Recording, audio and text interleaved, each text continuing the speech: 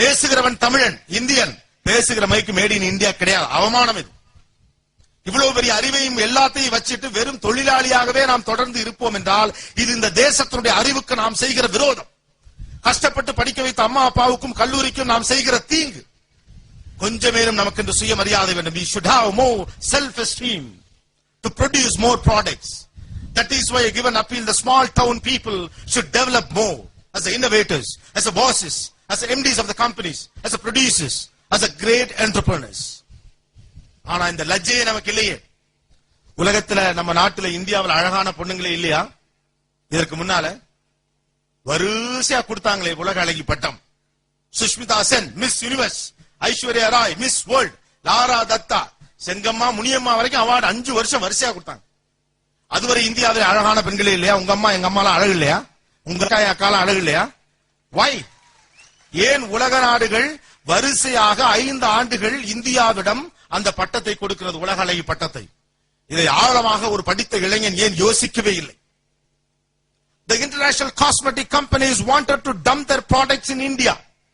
India மிகப்பெரிய சந்தை என்ற அடையாளம் கொண்டு கொண்ட உலக நாடுகள் தங்களுடைய படைப்பை கொண்டு வந்து விற்பதற்கான சந்தையாக இந்தியாவை மாற்ற முயற்சித்தது.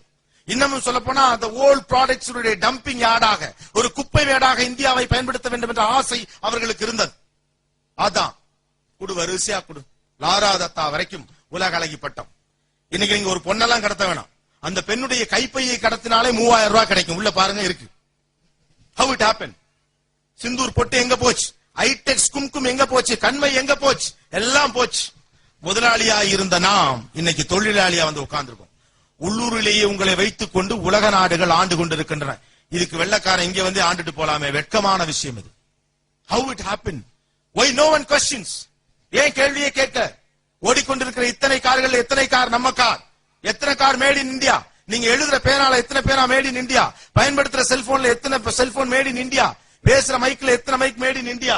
பயன்படுத்தக்கூடிய பொருட்கள் எத்தனை made in India? Why not? ஏன் இவ்வளவு பெரிய முதலாளி தேசத்தை தொழிலாளி தேசமாக தொடர்ந்து உலக நாடுகள் வைத்திருக்கிறது? கவனிப்பாரற்றே கிடக்கிறோமே. நல்லதோர் வீணை செய்து நலம் கட புழுதியில் எரிந்தாயிற்று. Have you ever thought about it? Why we are customers? இங்க இருக்கு நொய்யலாறுன்னு ஒண்ணு இப்ப இல்ல, அழிஞ்சு போச்சு.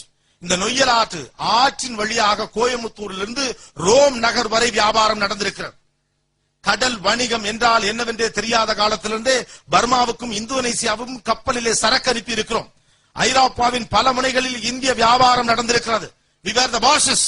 We never be just laborers. ஆனா இன்னைக்கு உலக நாடுகள் உங்களை சந்தையாக்கி வைத்திருக்கிறது, அறிவாளிகளை முடமாக்கி வைத்திருக்கிறது. படித்த இளைஞர்கள் யோசிக்காத தேசம் பயப்படுகிற தேசம் என்று சொல்லி இருக்கிறார். படித்த இளைஞர்கள் யோசிக்க வேண்டிய தருணம் இது. ஒரு மைதாமா ரொட்டி மேல தக்காளி வெங்காயத்தையும் போட்டு பீஸான்னு கொண்டாந்து அவனால உங்ககிட்ட விற்க முடிஞ்சிருச்சு. He has marketed his pizza to you. It's a cultivated taste. We were not familiar with that idea. நமக்கு ஒரு பொருள் சூடாக இருக்க வேண்டும், அது அவிக்கப்பட்டு இருக்க வேண்டும், அதுல இந்த இன்கிரிடியன்ஸ் இருக்குன்னு உடம்பே அதற்கு பழகி இருக்கிறது. ஆனா உங்ககிட்டயே கொண்டு வந்து உங்களுக்கு பொருத்தமே இல்லாத, உங்களுக்கு தேவையப்படாத ஒரு பொருளை ஒரு வெள்ளைக்காரனால் விற்க முடிந்திருக்கிறது. பெயர் பீஸா. ஏன் உங்களால இட்லியை விற்க முடியல? Why you never thought to product it? எவ்வளவு பெரிய ப்ராடக்ட் அது. குழந்தை சாப்பிடலாம். உலகம் முழுவதும் குழந்தைகளுக்கு கொடுக்க சொல்லி பீடியாட்ரிஷியன் சஜஸ்ட் பண்ணக்கூடிய ஃபுட் பேரு இட்லிங்க. இட்லி. அதுக்கு குஷ்புன்னு பேரு வச்சுட்டு சினிமா பார்த்துட்டு சிரிச்சுக்கிட்டு இருக்கோம். வெக்கம், அசிங்கம். Why we didn't market idli to the market? Do you know the favorite food of the world community? இந்த ஒட்டுமொத்த உலகத்தினுடைய பிரதானமான உணவு, விரும்புகிற உணவு. It is a statistics. ஆய்வறிக்கையின் அடிப்படையிலே சொல்லப்பட்டிருக்கிறது. உலகம் முழுவதும் 72% மக்கள் நேசிக்கிற உணவுக்கு பேர் என்ன தெரியுமா? மசால் தோசை. மசால் தோசை தான் உலக மக்களுக்கு பிடித்த உணவு. Have you market it? பண்ணீங்களா? ஏன் மார்க்கெட் பண்ணல? பீஸாவை மார்க்கெட் பண்ண முடிஞ்சிருச்சு, KFC சிக்கனை மார்க்கெட் பண்ண முடிஞ்சிருச்சு, மெக்டி மார்க்கெட் பண்ண முடிஞ்சிருச்சு, எல்லாத்தையும் வாங்கி திங்க முடிஞ்சிருச்சு நமக்கு. Why we didn't market anything? ஏன் யோசிக்கவே இல்ல? We have lot of exclusive product. ஜூட்டுக்கு இந்தியா மோனோபோலி. ஜூட்டோட மோனோபோலி உங்ககிட்ட இல்ல. ரைஸே உங்க கையில இல்ல. மஞ்சள் தாலியில போடுற விஷயம் நம்ம ஊர்ல பேட்டன் ரேட் உங்ககிட்ட இல்ல. வேம்புக்கு பேட்டன் ரேட் ஒருத்த விலை பேசிட்டு இருக்கான். இதனால நம்ம புதுசா என்னமோ பேசிட்டு இருக்கான், பார்லிமெண்ட் மாதிரி இருக்குல்ல. பேட்டன் ரைட்னா என்னன்னு நான் கவலைப்படல. என் கதவுக்கு ஜன்னலுக்கு ஆபத்து வராத வரைக்கும் எனக்கு கவலையே கிடையாது. நான் பிஇ படிப்பேன், படிச்சுட்டு 25,000 சம்பளத்துக்கு போவேன். எங்க அப்பா ஒரு பிள்ளைய பார்த்து கட்டி வைப்பாரு, 100 பவுன் கட்டாயமா கேட்பேன். கார் மாமனார் வீட்டுல வாங்கி கொடுத்துருவாங்க. ஊர் தாண்டி அரை பக்கத்துல ஒரு வீடு கட்டி மாடியில கட்டில் போட்டு ஆடி புள்ள பத்து செத்து போயிருவேன். சாவலாம் அதுக்கு. Let us die for that. Why? இந்த சுய கௌரவம் நமக்கு வேணும். Let the world market look at you. இவ்வளவு பெரிய ஆதார சக்தியை கையில் வைத்துக் கொண்டு வீணே காத்திருந்தால் வரலாறு நம்மளை கேலி பேசிடும். எவ்வளவு நாளைக்கு கரிகாலன் வரலாறு பேசுவீர்கள்? எவ்வளவு நாளைக்கு சோழ வரலாறு பேசுவீர்கள்? எவ்வளவு நாளைக்கு பாண்டிய வரலாறு பேசுவீர்கள்? எவ்வளவு நாள் மௌரிய வரலாறு பேசுவீர்கள்? எவ்வளவு நாள் காந்தி பேசுவீர்கள்? எவ்வளவு நாள் முர்டாக் பேசுவீர்கள்? என்றைக்கு உங்களை உலகம் பேச போகிறது? Do you want to follow the history or do you want to create a history? Just the question is on you.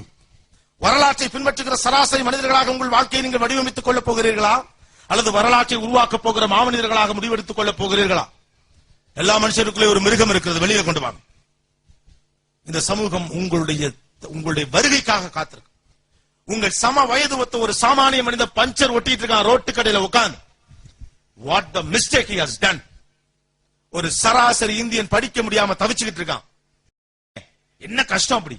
இவ்வளவு அறிவு இருக்கு, புத்திசாலித்தனம் இருக்கு, உலகத்துடைய மிகச்சிறந்த பூகோளம் இருக்கிறது, உலகத்தின் மிகப்பெரிய ஆபத்துகள் இல்லாத தேசம். சுனாமி என்ற ஒன்றை சந்திக்கும் வரை பெரிய இயற்கை பேரிடரை இந்தியா பார்த்தது கிடையாது. பூகம்பம் குறைவு, சுனாமி குறைவு, அளவுக்கு மீறிய குளிர் குறைவு, அளவுக்கு மீறிய வெப்பம் குறைவு, அத்தனையும் மிதமான ஒரு சீதோஷ நிலை இருக்கக்கூடிய நாடே கம்மிங்க. உலகத்தில் 12 மணி நேரம் இரவும் 12 மணி நேரம் பகலும் இருக்கிற தேசமே குறைவு. அந்த வகையிலே இறைவனாலும் ஆசீர்வதிக்கப்பட்டிருக்கிறோம், இயற்கையாலும் ஆசீர்வதிக்கப்பட்டிருக்கிறோம், அன்பால் ஆசீர்வதிக்கப்பட்டிருக்கிறோம், உறவுகளால் ஆசீர்வதிக்கப்பட்டிருக்கிறோம், கல்வியால் ஆசீர்வதிக்கப்பட்டிருக்கிறோம், மனிதர்களால் ஆசீர்வதிக்கப்பட்டிருக்கிறோம். We deserve more. We blessed more. But why not? ஏன் நடக்கல? காரணம், இருட்டுல கூட நான் கண்ணை மூடிட்டு இப்படி சாப்பாடு எடுத்தா வாய்க்கு போகுது, கரெக்டா போதே, எனக்கு போது.